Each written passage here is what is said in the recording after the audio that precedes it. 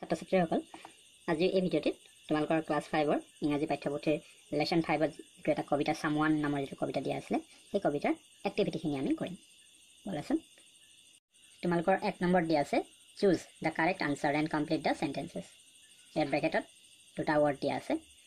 এই দুটাৰ যোনটো কাৰেক্ট যোনটো শুদ্ধ হেতু বাছি উলিয়াব লাগিব আৰু উলিয়াই আমি এই ব্ল্যাঙ্কটোত খালি ঠাইটোত পুৰ কৰিব লাগিব লিখিব লাগিব ঠিক আছে এ নম্বৰ দিয়া আছে someone came knocking at a small or big আছে small door হ'ব না big door এটো হ'ব small এটো ইয়াত লিখিবা the poet looked out in the still dark night হ'ব না bright night এটো হ'ব dark এটো ইয়াত লিখিবা only the lazy beetle না busy beetle হ'ব এটো হ'ব busy এটো ইয়াত লিখিবা was tapping in the wall d number the poet listened at this opened closed the door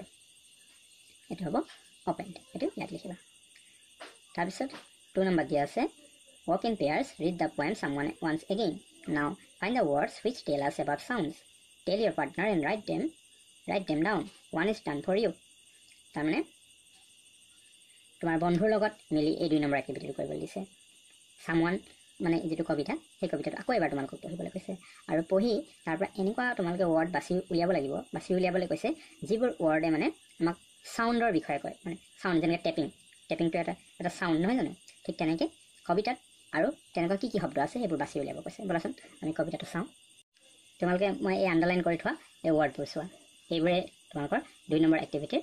answer হ'ব দেই knocking ষ্টাইৰিং tapping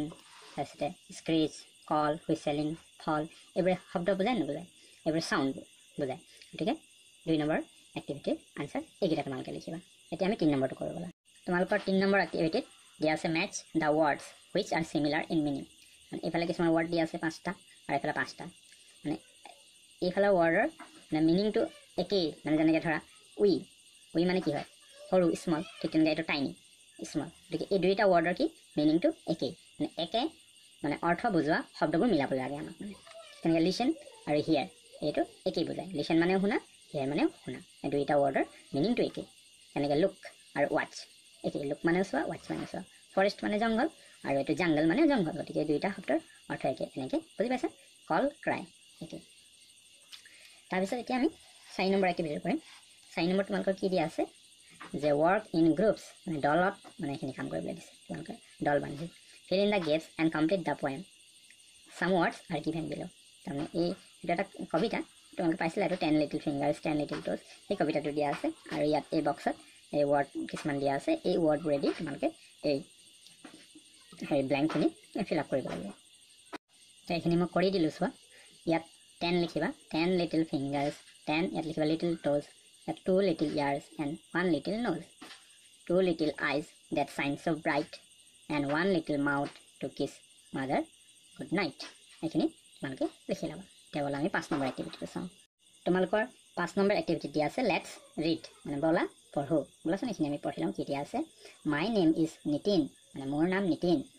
I am 10 years old মোৰ বয়স 10 বছৰ I live in Nagaon with my parents my sister Rosie and my brother Arun মই মোৰ মা দেউতা তাৰপিছতে মোৰ ভণ্টি ৰজি আৰু মোৰ ভাইটি অৰুণৰ লগত নগাঁৱত বাস কৰোঁ বুলি আছে one night someone knocked at our door দিনাখন ৰাতি কোনোবাই আমাৰ দুৱাৰত টুকুৰিয়ালে মানে ল'ৰাজনে কৈ আছে নিতিনে কৈ আছে দেই I opened the door but there was no one মই দুৱাৰখন খুলিলোঁ কিন্তু তাত কোনো নাছিল then I saw a little dog scratching the door with its paws তাৰপিছত মই দেখা পালোঁ মানে এটা সৰু কুকুৰ দেখা পালোঁ সেই কুকুৰটোৱে কি কৰিছিলে তাৰ হাতুৰাৰে মানে দুৱাৰত আছুৰি আছিলে I felt very happy to see it আৰু তাক দেখি মোৰ খুব ভাল লাগিল and brought it inside আৰু মই তাক ভিতৰলৈ লৈ আহিলোঁ এনেকৈ বুলি নিতিনে কৈছে এতিয়া কি কৰিব লাগিব তোমালোকে এইখিনি কৰিব লাগিব ইয়াত চোৱা এইখিনি কি দিয়া আছে read the following statements and ask questions to get these as answers one is done for you তাৰমানে এই ষ্টেটমেণ্ট তোমালোকৰ দিয়া আছে হা এইকেইটা পঢ়িব লাগিব আৰু এইটো পাবৰ কাৰণে এটা প্ৰশ্ন কৰিব লাগিব তাৰমানে এই উত্তৰটো যেনেকৈ মাই নেম ইজ নিতিন মোৰ নাম নিতিন এই উত্তৰটো পাবৰ কাৰণে ইয়াৰ প্ৰশ্নটো কি হ'ব হোৱাট ইজ ইয়ৰ নেম এনেকৈ হ'ব তাৰ উত্তৰটো হ'ব মাই নেম ইজ নিতিন ঠিক তেনেকৈ এই উত্তৰটো পাবলৈ প্ৰশ্নটো কি এনেকুৱা হ'ব সেই প্ৰশ্ন কৰিব লাগিব তোমালোকে হা I am 10 years old ইয়াৰ কাৰণে প্ৰশ্নটো কি হ'ব মোৰ বয়স 10 বছৰ কোনোবাই সুধিব লাগিব যে তোমাৰ বয়স কিমান বছৰ এনেকৈ সুধিব লাগিব নহয় জানো এইখিনি তোমালোকে কুৱেশ্যন কৰিব লাগিব ঠিক আছে বি চি ডি ই এ নম্বৰটো কৰা আছে ব'লাচোন আমি এইখিনি কৰোঁ বি নম্বৰত তোমালোকে এই কুৱেশ্যনটো লিখিবা হাউ অল্ড আৰ ইউ ইয়াৰ আনচাৰটো হ'ব আই এম 10 years old ইয়াৰ কাৰণে প্ৰশ্নটো এনেকৈ লিখিবা হু ৱাজ দেয়াৰ ডি নম্বৰত লিখিবা হু অপেণ্ড দ্য ডোৰ ইয়াৰ answer I opened the door তেনেকৈ how did you feel E নম্বৰত লিখিবা এতিয়া বোলা আমি 6 নম্বৰটো কৰোঁ 6 নম্বৰ তোমালোকৰ একেই দিয়া আছে 5 নম্বৰ নিচিনাই ইয়াত খালি আমি প্ৰশ্নটো এনেকৈ কৰিব লাগিব যাতে আমি আনচাৰটো ইয়েছ বা নট পাওঁ সেইখিনি মই কৰিয়ে দিছোঁ তোমালোকক এবাৰ মই কৈ দিছোঁ চাই লোৱা ইয়াত এইটো কৰাই আছে তোমালোকৰ হা yes Nitin is opening the door ইয়াৰ কুৱেশ্যনটো কি দিয়া আছে is Nitin opening the door তেনেকৈ ইয়াত দিয়া আছে no' a dog can't knock at the door ইয়াৰ কাৰণে কুৱেশ্যন কি হ'ব কেন এ ডগ নক এট এ ডোৰ তেনেকৈ হ'ব ঠিক তেনেকৈ ইয়াৰ কাৰণে এইটো হ'ব was a little dog scratching the door with its paws আৰু ইয়াত did you bring it inside এইটো হ'ব মই এনেকৈ কৰিছোঁ মানে যাতে ভিডিঅ'টো দীঘল নহয় মই গোটেইখিনি এক্টিভিটি ইয়াত সামৰি ল'ম এই ভিডিঅ'টোত সেইকাৰণে মই আনচাৰখিনি দি দিছোঁ যদি তোমালোকক আছামিছত এক্সপ্লেইন কৰিব লাগে মোক কমেণ্ট কৰিবা মই নেক্সট ভিডিঅ' এটা বনাই দিম এতিয়া আমি বোলা 7 নম্বৰ এক্টিভিটিটো কৰোঁ তোমালোকৰ 7 নম্বৰ দিয়া আছে put the words below' in the correct order to make questions begin each sentence with a capital letter তাৰমানে এইখিনি তোমালোকৰ এ বি চি ডি এইবোৰ যে দিয়া আছে এফলৈকে এইখিনি মানে খেলি মেলিকৈ দিয়া আছে এইটো মানে শুদ্ধ মানে হেৰিয়াত অৰ্ডাৰত লিখিব লাগিব তো কুৱেশ্যন বনাব লাগিব হা এইখিনি এনেকৈ হি হেপ্পী ৱাজ তো এনেকৈ কুৱেশ্যন নহ'ব খেলি মেলি হৈছে আমি এইটো কি লিখিব লাগিব ৱাজ হি হেপ্পী এনেকৈ হ'ব এই ৱাজটো প্ৰথমতে লিখিব লাগিব আৰু আমি আৰম্ভ কৰোঁতে প্ৰথম যিটো লেটাৰ সেইটো কেপিটেল লিখিব লাগিব দেই ৱাজ তাৰপৰা এইটো হি হেপ্পী তেনেকৈ বাকীখিনি কৰিব লাগিব বি নম্বৰত এইটো লিখিবা where is your book C when are you going D how old are you E to which school do you go' আৰু F why are you crying এইটো লিখিবা এতিয়া 8 নম্বৰ এক্টিভিটিটো কৰিবলৈ ইয়াত কি কৰিব দিছে তোমালোকক let's complete the poem with rhyming words choose from the options এইটো এটা কবিতা 8 লিটিল ফিংগাৰ্ছ ষ্টেণ্ডিং আপ টল এইটো যিটো মানে পয়েম সেইটো এটা পয়েম দিয়া আছে সেই পয়েমটো আমি যিটো ৰাইমিং ৱৰ্ড সেই ৰাইমিং ৱৰ্ড আমি বাছি আমি ফিল আপ কৰিব লাগিব যেনেকৈ ইয়াত টল ইয়াত দুটা দিয়া আছে ৰোল আৰু কল সেই টলৰ লগত কল এইটোহে ৰাইমিং টল আৰু কল নহয় গতিকে এই কলটো ইয়াত দিব লাগিব চি এ ডাবল এল কল এনেকৈ কৰি মানে ৰাইমিং ৱৰ্ডেৰে মানে এইটো কবিতাটো সম্পূৰ্ণ কৰিব লাগে ঠিক তেনেকৈ ব্ল' হ'লে এইটো ৰ' হ'বনে ৰ' হ'ব এই দুটাৰ পৰা কোনটো হ'ব এইটো ৰ' হ'ব সেইটো লিখি দিলে হৈ গ'ল বুজি পালা এতিয়া বোলে নেক্সট এক্টিভিটিটো কৰোঁ তোমালোকৰ 9 নম্বৰ দিয়া আছে you may have heard the story the cap seller and the monkey তোমালোকে যে কেপ চেলাৰ টুপি বিক্ৰেতা আৰু বান্দৰ এই কাহিনীটো তোমালোকে নিশ্চয় জানা সেইটো শুনিছা আগতে sit in groups and write the story some clues are given below' use them and complete the story তোমালোকে দলত বহি তোমালোকৰ বন্ধু বান্ধৱীৰ লগত দলত বহি এই এক্টিভিটিটো কৰিবলৈ দিয়া হৈছে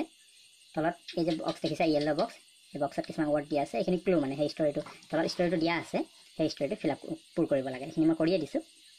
যাতে ভিডিঅ'টো দীঘল নহয় তোমালোকক মোক কৈ দিছোঁ এবাৰ তোমালোকে শুনি যোৱা চাই যোৱা ওৱান্স আপন এ টাইম ইয়াত লিখিবা there was a cap seller he moved from ইয়াত লিখিবা place to place one day he went ইয়াত হ'ব to the market to sell his caps after some time he was tired so' he sat under a tree and fell asleep a group of monkeys came ইয়াত লিখিবা came to the place they took এইটো ব্লেংকত টুক লিখিবা away the caves. When the cave seller woke up, he saw that his caves were gone. He looked here and there and saw a few monkeys with the caves on the tree. The cave seller was a clever person, An idea came to his mind as quick as lightning. The cave seller took off his cape and threw it on the ground. At once the monkeys also took their caps off, and threw them to the ground. The cave seller collected his caps and went away. এতিয়া বোলে আমি next এক্টিভিটিটো কৰোঁ তোমালোকৰ 10 number activity দিয়া আছে look at this sentence এই চেণ্টেন্সটো চোৱা the cap seller was as clever as the monkey ইয়াত কি কৰা হৈছে কেপ চেলাৰ এজন বা টুপি বিক্ৰেতাজনক মাংকিৰ লগত বান্দৰৰ লগত তুলনা কৰা হৈছে হয়নে এতিয়া তলত কিছুমান চেণ্টেন্স দিয়া আছে এইখিনি আমি পঢ়িম বোলা এইখিনি চিমিলিছ বুলি কোৱা হয় দেই চোৱা এজ ব্লেক এজ কোল তাৰমানে কয়লাৰ নিচিনা কলা মানে কয়লাৰ লগত তুলনা কৰা হৈছে এজ হোৱাইট এজ স্নো মানে স্নো মানে বৰফৰ নিচিনা বগা এজ প্ৰাউড এজ এ পিকক মানে কি মৰা চৰাইৰ দৰে গৰ্বিত as brave as a tiger মানে বাঘৰ দৰে সাহসী আমি যে কওঁ তুলনা কৰি যে কথা কওঁ যে সেই তেনেকৈ এইখিনি দিয়া আছে as cunning as a fox fox মানে কি শিয়াল মানে শিয়ালৰ দৰে ধূৰ্ত কানিং মানে ধূৰ্ত as sweet as honey honey মানে কি মৌ মৌজোল মৌৰ দৰে মিঠা as sweet as honey as quick as lightning lightning মানে কি বিজুলী বিজুলীৰ ঢেৰেকণিৰ দৰে বেগী এজ কুইক এজ লাইটনিং তাৰপিছত কি আছে as green as grass grass মানে ঘাঁহ মানে ঘাঁহৰ নিচিনা সেউজীয়া এইখিনি তোমালোকে ভালকৈ পঢ়িবা আৰু এইখিনি মনত ৰাখিবা ভালকৈ দেই এইখিনি পিছলৈ তোমালোকক লাগিব এতিয়া নেক্সট এক্টিভিটি কি আছে চাওঁ ব'লাচোন তোমালোকৰ 11 নম্বৰত দিয়া আছে choose the suitable similes and complete the sentences the first one is done for you কাৰণ ইয়াত চিমিলিজ দিয়া আছে যে আমি ধৰণৰ এক্টিভিটি কৰিলোঁ সেইবোৰে ইয়াত দিয়া আছে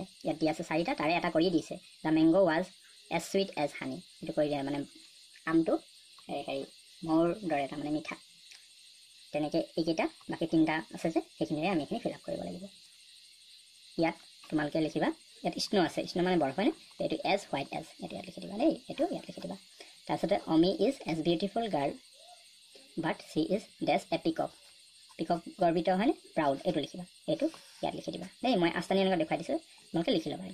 এইটো ইয়াত লিখিবা ঠিক আছে এতিয়া আমি 12 নম্বৰ এক্টিভিটিটো কৰোঁ ব'লা এইটো তোমালোকৰ লাষ্ট এক্টিভিটি হয় কি দিয়া আছে ইয়াত চোৱাচোন in the grid below' there are at least 15 describing words find and circle them then make sentences with any 5 of them মানে ইয়াত 15টা মানে কি আছে ডেছক্ৰাইবিং ৱৰ্ড আছে এডজেক্টিভ আছে মানে সেইখিনি আমি বিচাৰিব লাগিব এনেকৈ গুগল কৰিব লাগিব আৰু তাৰে যিকোনো 5টা ৱৰ্ডেৰে আমি চেণ্টেঞ্চ বনাব লাগিব ব'লাচোন কৰোঁ আমি এক্টিভিটিটো গ্ৰিডটো মই কমপ্লিট কৰি দিলোঁ আমি থিয়কৈ আমি 8টা আমি ৱৰ্ড পাইছোঁ চোৱা এইটো শ্বৰ্ট এইটো cunning soft big thin brave red আৰু প্ৰাউড আৰু এনেকৈ পঠালিকৈ আমি 7টা পাইছোঁ চোৱা tall old green sweet quick black আৰু ৱাইজ